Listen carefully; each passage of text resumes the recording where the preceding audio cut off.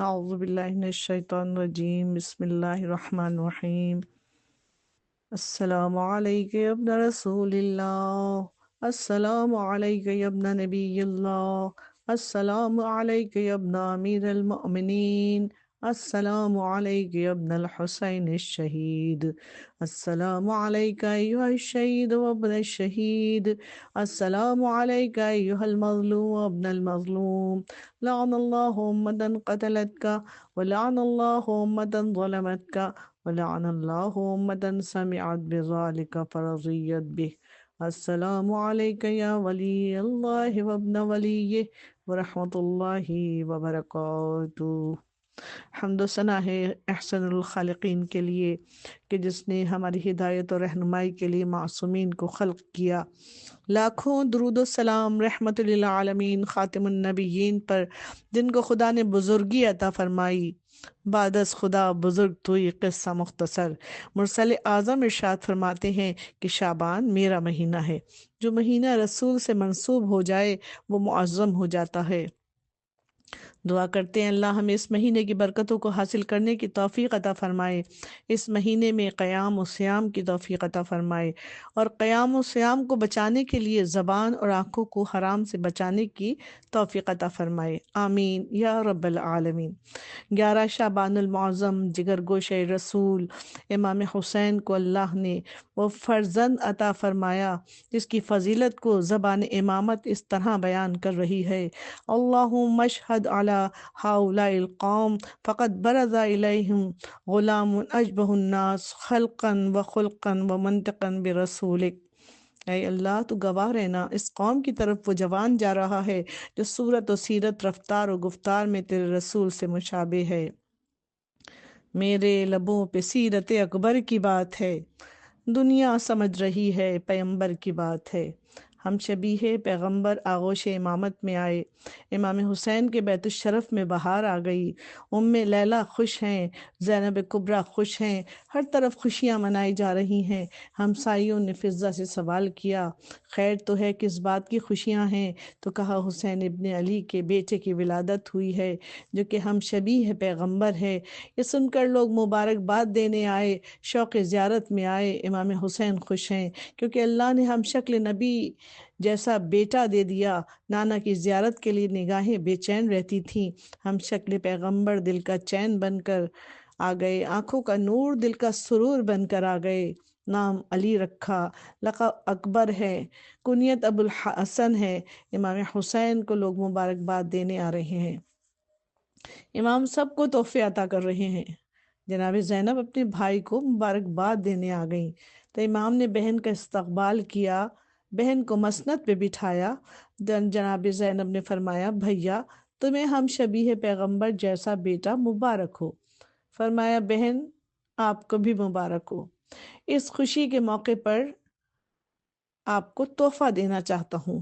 کہنے لگی، بھیا آج وہ دیں جو آپ کو سب سے زیادہ عزیز ہے۔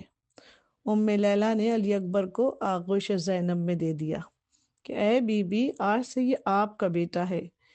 ام لیلہ کی اس فداکاری پر کائنات قربان ہو جائے، خود کنیز بنی رہیں اور علی اکبر عالمہ غیر معلمہ کی آغوش میں پروان چڑھے۔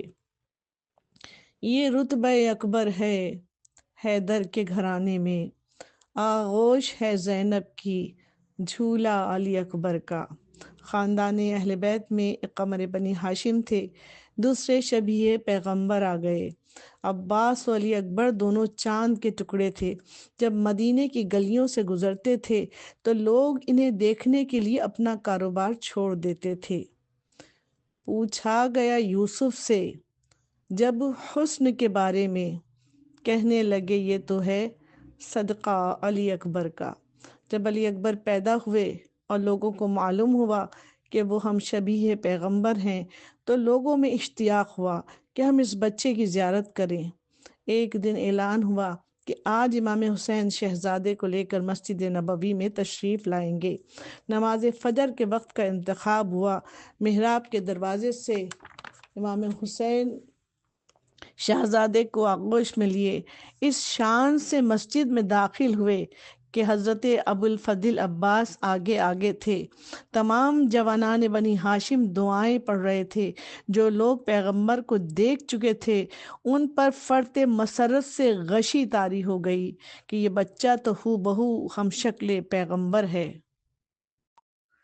امام حسین نے ارشاد فرمایا تھا کہ علی اکبر صورت و سیرت، رفتار و گفتار میں رسول اللہ کے مشابہ ہیں۔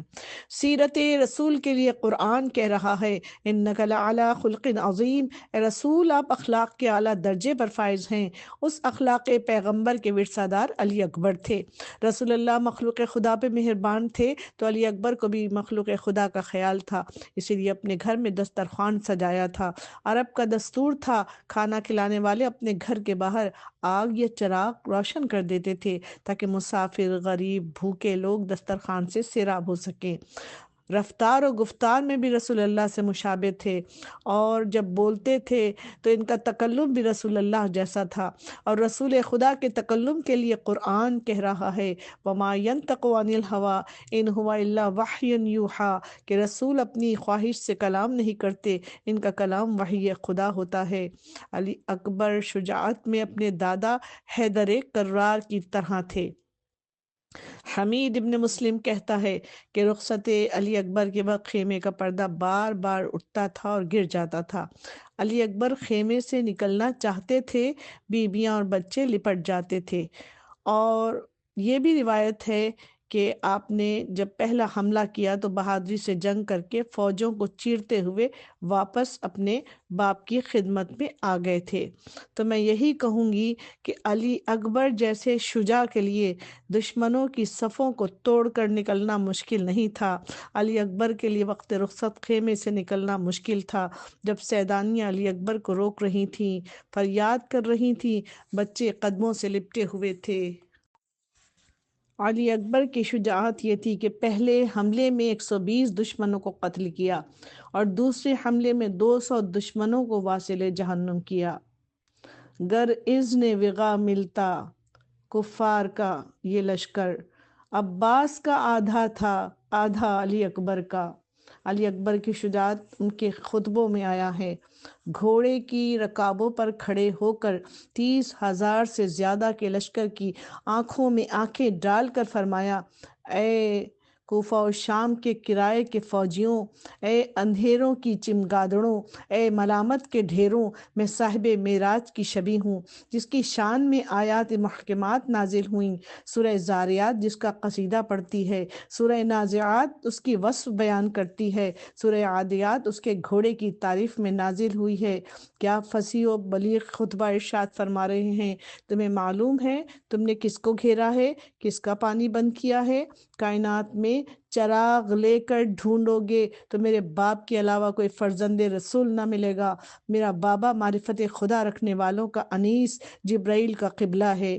ان کی رگوں میں خون فاطمہ، کرم علی عادت رسول کی ہیں، جس کا چلنا مشیت خدا، بولنا شریعت محمد، خاموشی عین علم ہے، نیند عبادت، سانسیں تسبیح و تلاوت ہیں، ان کے دن تقدیس، راتیں تطہیر ہیں۔ جس طرح مچھلیوں کو پانی سے ڈرایا نہیں جا سکتا کہ مچھلیوں کی حیات پانی سے ہے، اسی طرح ہمیں بھی موت سے ڈرایا نہیں جا سکتا کہ موت ہماری حیات ہے۔ علی اکبر نے اپنے بابا سے سوال کیا تھا کہ بابا کیا ہم حق پر ہیں؟ تو امام نے فرمایا ہاں بیٹا ہم حق پر ہیں۔ تو علی اکبر نے کہا کہ بابا پھر کیا ڈر کہ موت ہم پر آ جائے یا ہم موت پر چلے جائیں۔